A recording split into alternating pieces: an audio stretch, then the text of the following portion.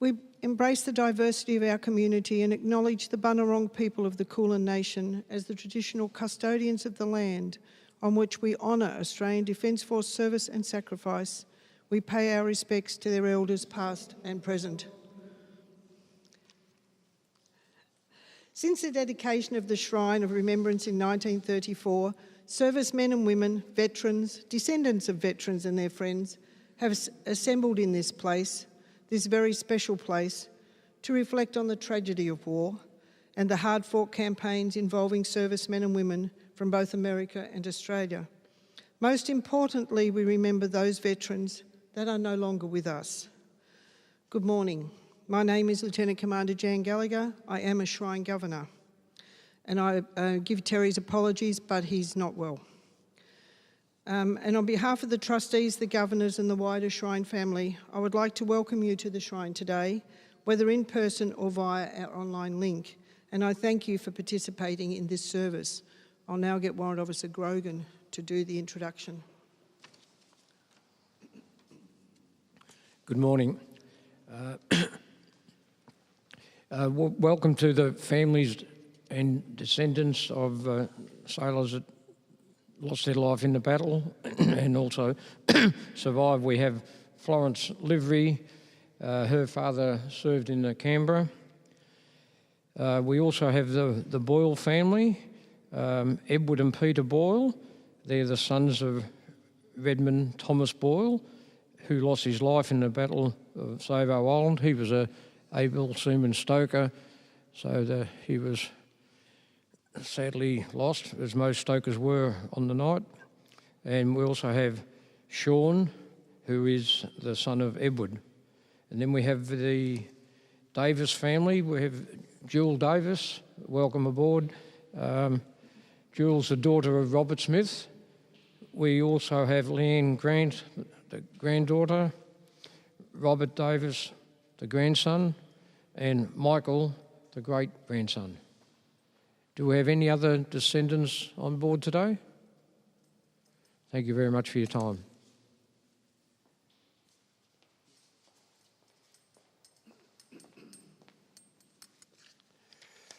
Okay, a reading. We offer our heartfelt thanks for the well-being of our Commonwealth, for devoted lives of those who have made our people great and free, for deliverance from civil strife and bloodshed, from the craft and power of foreign foes, and for the sacred trust of the seas. May we treasure our great inheritance. We give thanks for all those who have sacrificed their lives in the service of our country at sea. May their sacrifice strengthen our resolve to build communities of trust and inclusion. We give thanks for all those who have served our country and have suffered as a result of war. Grant that they may be freed from depression and bitterness, find relief from their distress and pain in the knowledge of our care and support. We thank the community support towards those who served in the Royal Australian Navy, at home and overseas. Give them courage and comfort in danger, patience in waiting, and discipline in the just use of force. Help us seek for all people the freedom to live in peace and with compassion. May we be worthy of their service and sacrifice. Thank you. Thanks, Pete. We now ask Lieutenant Commander Baku, Head of Defence Dental School at Cerberus, to do the address. Good morning, everyone. First and foremost, I'd like to give a sincere and heartfelt thank you to all the sailors and officers that served on HMAS Canberra that was destroyed and scuttled 82 years ago on the 9th of August 1942 in a strait called Savo Sound that is now called Iron Bottom Sound in the eastern Solomon Islands. I'm humbled to be speaking to the descendants of members who served on this great ship. Even though the Battle of Savo Island had many failings with intelligence and communication, HMAS Canberra's crew were a source of pride to Australia and the Allied forces. The Battle of Savo Island was a tragic defeat for the American and Australian navies. In a night action, Admiral Makawa surprised two groups of Allied ships, sinking 1 Australian and 3 American cruisers while suffering only light damage. I will discuss what happened prior to the battle to give you an understanding of why the Allied loss occurred. Commander of the US fleet, Admiral King, decided to go on the offensive in the Pacific, with Japanese having seaplane ports in Tulagi, north of Savo Sound, and were constructing a new airfield on Guadalcanal Island south of Savo Sound. Once completed, the Japanese would be able to send aircraft to disrupt sea lanes between the US and Australia.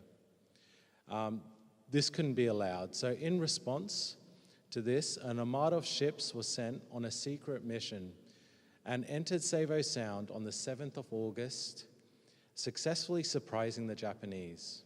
There were 82 ships and 19,000 Marines. The amphibious force was commanded by Rear Admiral Turner, and the air support force, with 3 US carriers, was commanded by Rear Admiral Fletcher. Guadalcanal was taken with little resistance as contractors fled. There was a significantly more resistance at Tulagi, with 1,500 Japanese Marines who fought to the death. Japanese responded initially with reconnaissance flights, and Vice Admiral Mikawa consolidated forces forming the 8th Fleet with 5 cruisers, 2 light cruisers, and 1 destroyer, and set sail on the 7th of August from Rabaul, New Britain, with the flagship Chakai leading the way.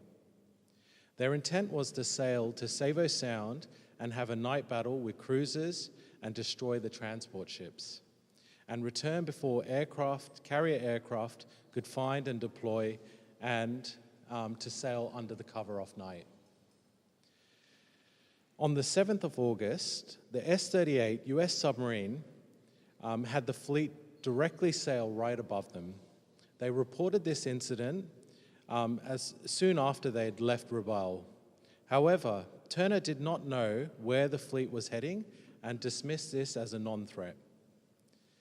Further to this, 2 Hudson bombers spotted the fleet north of Bougainville before midday on the 8th of August. However, these reports took amazingly 8 and 10 hours, respectively, to be received by Turner. In addition, the ships were misidentified, with 2 ships identified as seaplane tenders, and the speed of the fleet was incorrectly stated as being 15 knots when they were traveling double that speed. Multiple reasons occurred why these reports were delayed. There was 2 commands directing the air reconnaissance, the southwest by General MacArthur and the south by Rear Admiral Turner, under Admiral Gorman. Due to the secrecy of the mission, the Hudson pilot at the base of Milner Bay in Papua New Guinea did not know about the operation that was happening to the south, and therefore they stated the sighting as unusual but not urgent. So a report to Turner that could have taken minutes took hours and was too late for them to take action. On the 7th and 8th of August, the Japanese also had sent aircraft sorties of bombers to destroy the ships in the East Solomons. These sorties were largely unsuccessful, with 2 destroyers damaged and a transport ship sunk. Mikawa traveled down the Georgia Sound, nicknamed the Slot, on the afternoon of the 8th of August, timing their battle to occur in the middle of the night. Knowing they had been spotted by aircraft, they were at high readiness for air attacks that never came. Mikawa ditched anything flammable and sent seaplanes to assess the location of the screening force, protecting transport ships for the Allies. The Japanese were well trained for night fighting. They selected lookouts who were tested to have the best night vision. They used the most advanced night binoculars, and they had the most advanced torpedoes. Conversely, the Allied ships had battle stations half-manned. The CO and the senior officers were asleep, and junior officers were on the bridge. The ships had fully fueled aircraft that were highly flammable. Ship's company would have been exhausted from 2 days of general stations. Rear Admiral Crutchley from the Royal Navy commanded the screening force from the flagship HMAS Australia, accompanied by HMAS Canberra, USS Chicago, and 2 destroyers Patterson and Bagley. They were patrolling on the south entrance of Savo Island and a separate patrol to the north of Savo Island where 3 US cruisers, Vincennes, Quincy, and Astoria, and 2 destroyers, Helm and Wilson. The east entrance was protected by USS San Juan and HMAS Hobart. However, they did not play a part in the battle. Prior to the battle, Admiral Crutchley on HMAS Australia left the patrol to have a meeting with Admiral Turner, with Admiral Fletcher leaving the task force, and therefore no air cover for Turner and Crutchley's ships. Crutchley signaled to Captain Bode of the USS Chicago to take command of the patrol, but did not inform the ships of his exit to the north, with Captain Wreath of Vincennes not knowing that he was now the senior officer. In addition, Chicago decided not to take the lead in the patrol, which is normally customary. The last hurdle prior to having complete surprise attack for Macquarie was passing a weak picket with 2 destroyers, USS Blue and USS Ralph Talbot. They did not have a coordinated patrol, with the gap between them being 8 to 20 miles. But both these ships were chosen as they were informed to have the best reports using a new technology at the time, which was radar.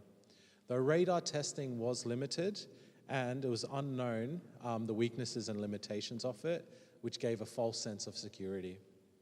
Macquarie's fleet came as close as 2 miles from USS Blue, with Macquarie slowing down to reduce his wake, and no alarm was raised.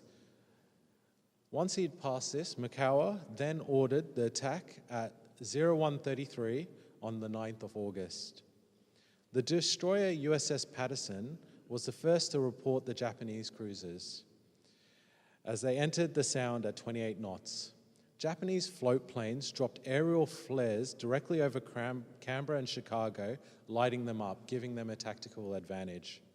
Canberra responded immediately, with Captain Frank Getting ordering an increase in speed, turning to starboard, protecting the transport vessels, and for her guns to train out and fire at any targets that could be sighted.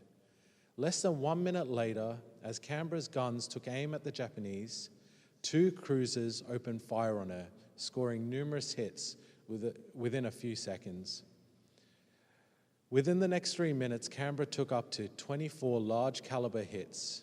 Early hits killed the gunnery officer and mortally wounded the CO, and destroyed both boiler rooms, knocking out the power of the entire ship before Canberra could fire any of her guns or communicate any warnings to the other Allied ships. The cruiser glided to a stop on fire with a 10-degree list to starboard, and unable to fight the fires or pump out flooded compartments because of the lack of power. Her officers and men fought a tremendous battle to put out the fires and control the flooding.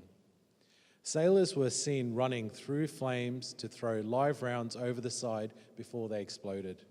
Her wardroom was converted into an operating theatre lit by paraffin lanterns. There was medical team, amputated shattered limbs, and treated terrible burns. Captain Getting was taken from his shattered bridge in agony to be attended to. He knew he could not survive his wounds and insisted that the medical officer leave him till last and work on the injured sailors who could be saved. A day later, he died on board the USS Barnett and was buried at sea on the 9th of August. Of the 819 of those serving on Canberra, 193 were casualties and 85 died. After attacking the southern Allied ships, Macquarie's forces steamed north and crippled the cruisers Astoria, Vincennes, and Quincy with accurate shell fire, and then torpedoed them before steaming away, ignoring the defenseless transport ships discharging US troops on Guadalcanal. That night, 992 American sailors died. By morning, it was obvious that Canberra was damaged beyond repair. By the ship's company, those dead who could be recovered were committed to the deep, and her wounded and exhausted survivors prepared to be taken off by the Patterson. Writing later to Rear Admiral Crutchley, Patterson's captain, Commander Walker of the US Navy, paid this tribute to Canberra's crew. The commanding officer and entire ship's company of the USS Patterson noted with admiration and calm, cheerful and courageous spirit displayed by the officers and men of Canberra. When Patterson left from alongside because what was then believed to be an enemy ship close by, there was no outcries or entreaties. Rather a cheery, "Carry on, Patterson, good luck." And prompt and efficient casting off of lines. Not a man stepped out of line. The Patterson feels privileged to have served so gallant a crew. After the survivors were removed, the destroyers Selfridge and Ellet sank Canberra. It took 300 shells and 5 torpedoes before she succumbed. This was a traumatic moment in the history of the Australian Navy. This was the third Australian cruiser to be lost in 9 months. First Sydney, then Perth, and now Canberra were gone. The Admiralty in London, prompted by Winston Churchill, decided that Australia should be offered the Royal Navy cruiser to replace Canberra. HMAS Shropshire, a county-class cruiser, sister ship to Canberra, was chosen. King George VI announced that the ship would be renamed Canberra. However, around the same time, President Roosevelt chose to commemorate the Australian warship's loss by renaming the under-construction Baltimore-class cruiser Pittsburgh as USS Canberra. This is an incredible honour, as USS Canberra is the only US ship named after a foreign city. To avoid duplication, HMAS Shropshire became His Majesty's Australian ship Shropshire.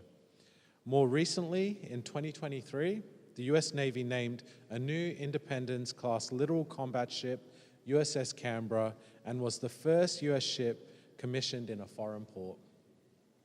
Canberra survivors were supplemented with new recruits and sent to Chatham Dockyard in the UK to pick up the new ship in refit and steam her back to the Pacific. They were pleased to get to sea, as Chatham Dockyard was a target for nightly Luftwaffe air raids. In August 1945, Shropshire steamed into Yokohama Bay and witnessed the surrender of Japan to the Allies on board the USS Missouri. On the 2nd of September 1945, they came back from defeat, undaunted, fighting for their mates living and dead, and in doing so earned and won a very personal victory in the Pacific. Thank you very much. Thank you very much for that. I'd learnt a lot today.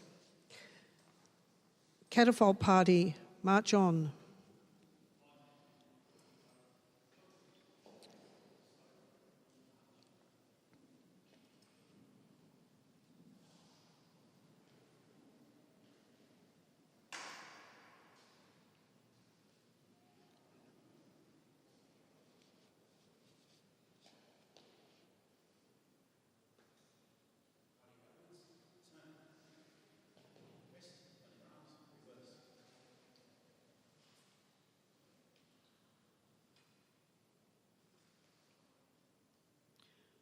Remembrance Party will now lay the wreaths. The wreath for the Royal Australian Navy will be laid by Lieutenant Commander Baku.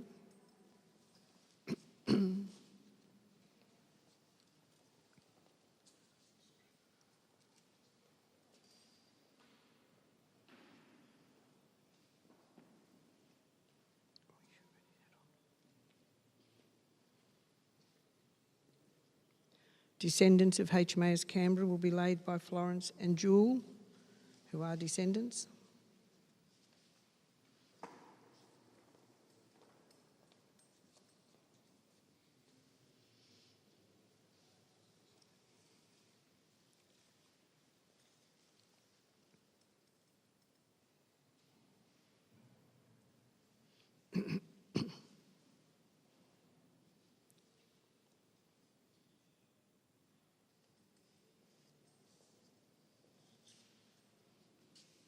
Naval Commemoration Committee of Victoria will be laid by Mr Chris Banfield, Secretary of the NCCV.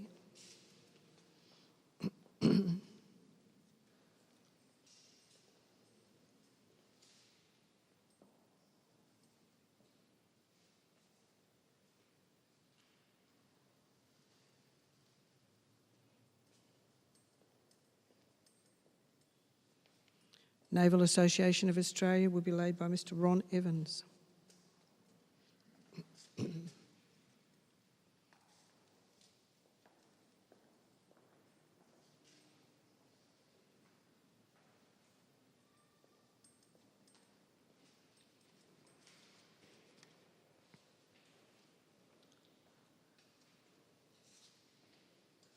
If there is anyone else who has flowers they'd like to lay, now would be the time.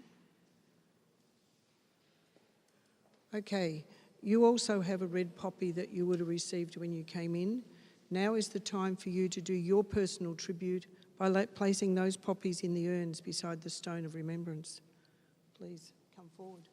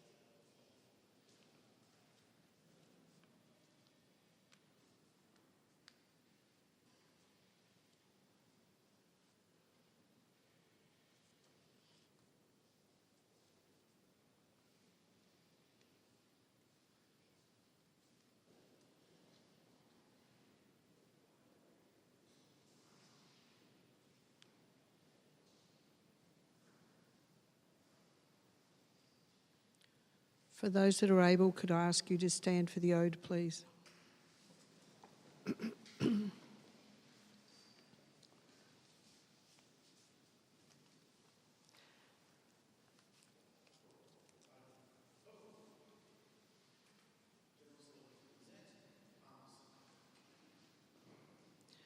They have no grave but the cruel sea, no flowers lay at their head. A rusting hulk is their tombstone, a fast on the ocean bed. They shall grow not old as we that are left grow old. Age shall not weary them, nor the years condemn. At the going down of the sun, and in the morning, we will remember them.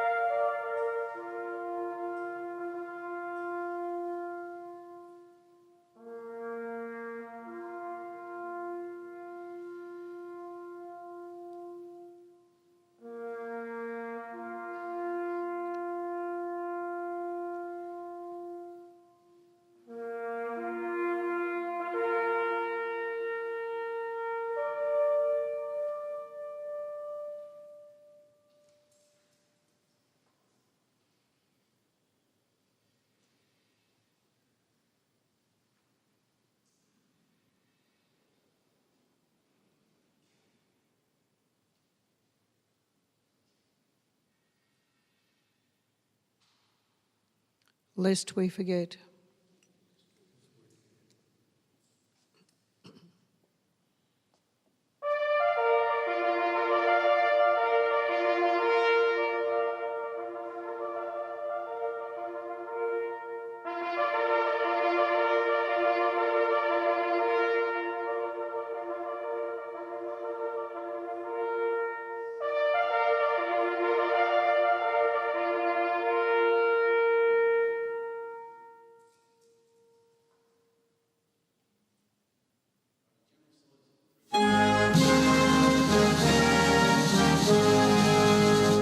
Australians, oh, let us rejoice, for we are one and free. We've golden soil and wealth for toil, our home is girt by sea. Our land abounds in nature's gifts, all beauty rich and rare. In history's page let every stage advance Australia fair. In joyful strains that let us sing, advance Australia fair.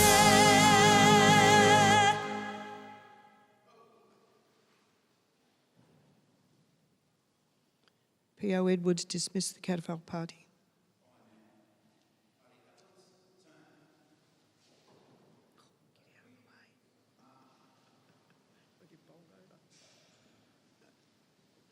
Please be seated.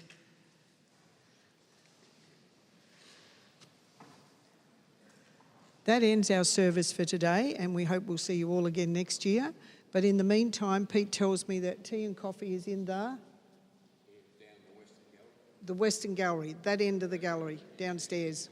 So we'll see some of you down there. Thank you very much indeed.